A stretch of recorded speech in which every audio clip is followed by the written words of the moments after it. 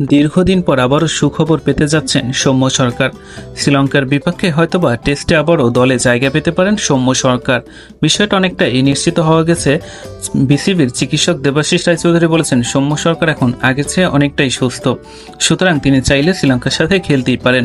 তবে কথা হচ্ছে টেস্টে না, সৌম্য সরকার টি-20 কিংবা ওয়ানডের জন্যই সবথেকে পারফেক্ট। হাডিটার ব্যাটসম্যান যে কোনো সময় বিধ্বংসী কিছু খেলতে পারেন, আর টি-20তে যেহেতু অল্প বল খেলার সুযোগ থাকে, সেই জায়গা থেকে সৌম্য সরকারকে টেস্টে না বরং নির্দিষ্ট দু একটা প্ল্যাটফর্মে তাকে আসলে খেলানো উচিত। তবে যাই হোক, সৌম্য সরকার যদি অনেকদিন পর টেস্টে ফিরেনও, তবে অবশ্যই চেষ্টা করতে হবে সেই পূর্ণরূপে ফিরে যাওয়া, নিজের ক্যারিয়ারকে এখন কিছুটা ম্যাচিউরিটিতে পরিণত করা। আগের মতো সৌম্য সরকারের সেই উদাসীন মনোভাব না হওয়াটাই উচিত। সৌম্য সরকার বাংলাদেশের অনেকেরই পছন্দের খেলোয়াড়, তার শট, তার খেলার ধরন। তবে এখন সময় সৌম্য সরকারের সঠিকভাবে ফিরে আসার, না হয়তো আর কখনোই ফিরতে পারবেন না।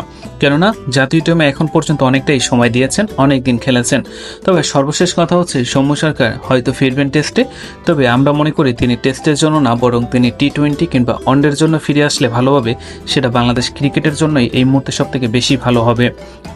টেস্টে খেলাতে গিয়ে সৌম্য সরকার কিংবা ব্যাটিং পজিশন চেঞ্জ করতে গিয়ে সৌম্য সরকার আজকের এই নাজেহাল অবস্থা। একজন ওপেনার ব্যাটসম্যান যে কখনো টেস্টে 7 নম্বরে কিংবা ওয়ানডে 2-3 নম্বরে, এরকম এলোমেলো একজন ওপেনারকে খেলাতে গিয়ে সৌম্য সরকারের এই নাজেহাল অবস্থা। সুতরাং সৌম্য সরকারকে যে কোনো একটা নির্দিষ্ট জায়গায় অবশ্যই খেলানো উচিত, যাতে তার মানসিক অবস্থাও দৃঢ় থাকে, প্রস্তুতিও নিতে পারে। এক এক সময় এক এক জায়গায় খেলালে আসলে খেলোয়াড়রা আসলেই নষ্ট হয়ে যায়।